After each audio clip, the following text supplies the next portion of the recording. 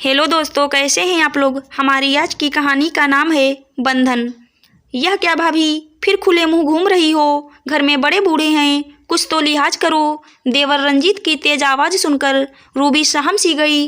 जी भैया। उसने जल्दी ही अपने सिर पर पल्लू ले लिया और बोली, भैया आदत नहीं है ना, इसलिए पल्लू बार बार फिसल जाता है।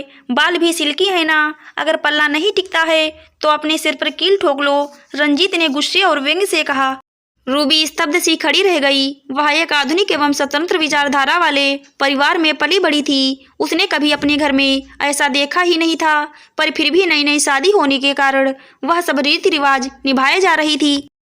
रूबी की शादी को कुछ ही दिन हुए थे। वह अभी घर में सभी को समझने की कोशिश कर ही रही थी। अमोल से पहली मुलाकात में ही उसे प्यार हो गया और उसने शादी करने का निश्चय कर लिया था।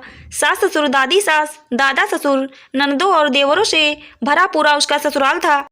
उसका देवर रंजीत उच्च शिक्षा प्राप्त, वैसे तो अपने आप को आधुनिक कहता था, पर था पूरी तरह रूढ़िवादी। हर बात पर रूबी को टोकता था। कभी कपड़ों पर ठीक से प्रेस नहीं की है, तो कभी रोटी गोल नहीं बनाई, कभी सब्जी में मसाले की शिकायत, तो कभी कुछ। हर बात में मीन मेख निकालने में जैसे उसे मजा आता था। यहाँ तक कि रिश्तेदारों से हंसकर बात करने में भी उसका मुंह चढ़ जाता था। घर में उसी की चलती थी और सास ससुर का प्रत्यक्ष रूप से उसे समर्थन प्राप्त था, इसलिए कोई कुछ भी कहने की हिम्मत नहीं कर पाता था। जब भी ऐसी किसी बात पर उसका चेहरा उतर जाता तो अमोल उसे देवर भाभी की हंसी मजाक कहकर हंसकर टालने को कह देते थे और कहते कि रंजीत भले ही थोड़े गुस्से वाला है, पर दिल का बहुत अच्छा है। दादा दादी रूबी से बहुत प्यार करते थे, पर वो भी अपने इस बिगड़ैल पोते से दुखी रहते थे और चाहकर भी रूबी का पक्ष नहीं ले पाते थे। पर आज तो रंजीत के इस वाक्य ने सारी हदें ही पार कर दी थी। अगर यही बात उसने हंसकर कही होती तो शायद रूबी को इतना बुरा नहीं लगता। उसने कुछ ही दिनों में यह समझ लिया था कि घर में केवल रंजीत को ही उससे समस्या है, पर क्यों है यह कारण अभी तक उसकी समझ से बाहर था। रूबी की घुटन बढ़ती ही जा रही थी, पर अब उसको लगा कि अगर अभी उसने इसका सही जवाब नहीं दिया तो फिर कभी नहीं दे पाएगी। उसने धीरे धीरे रंजीत को नज़रअंदाज करना शुरू कर दिया। पहले वह खुद दौड़कर उसके काम कर दिया करती थी, पर अब उसके कहने पर भी वह उसे अनसुना करने लगी। इससे रंजीत की चिढ़ और बढ़ने लगी। भाभी जरा मेरे शर्ट में प्रेस कर दो, मुझे अभी बाहर जाना है। और ये क्या, फिर से सिर पर पल्लू नहीं लिया, जरा थोड़ी तो शर्म लिहाज करो। रंजीत ने उसकी ओर शर्ट फेंकते हुए कहा। रूबी खाना बना रही थी। उसने रंजीत की बात अनसुनी करके अपना काम जारी रखा और अपना पल्लू साइड से हटाकर कमर में खोस लिया। क्यों भाभी, सुनाई नहीं दे रहा क्या? हाथ धो, पल्लू लो और पहले मेरी शर्ट में प्रेस कर दो, रंजीत ने तेज आवाज में कहा।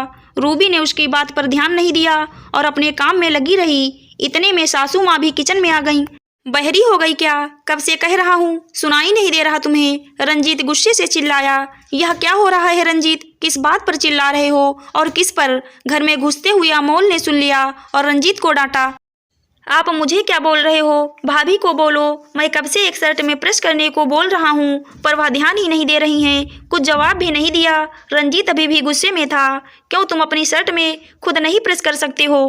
वह भी काम कर ही रही है ना। और रूबी, कम से कम तुम्हें जवाब तो देना चाहिए। अमोल बोले। जब उन्होंने मुझे बहरी कह ही दिया है तो फिर मुझे भी उनकी कोई बात नहीं सुनाई दे रही है।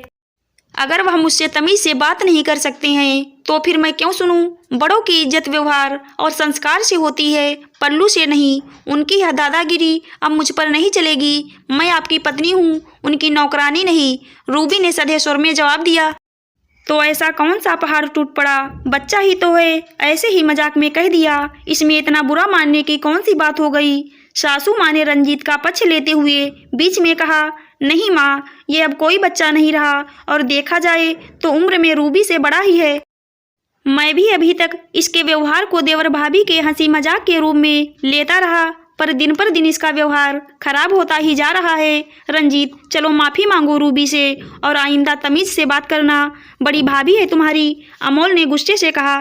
रंजीत का सिर झुक गया और उसने रूबी से माफ़ी मांग ली। रूबी को अमोल पर गर्व हुआ कि आज उन्होंने अपनी पत्नी के सम्मान की रक्षा की। उसे लगा आज उसे सच में आज़ादी मिली है, बेवजह के बंधनों से, पुराने ख्यालातों से। आशा करती हूँ दोस्तों आपको हमारी कहानी ज़रूर अच्छी लगी होगी। धन्यवाद।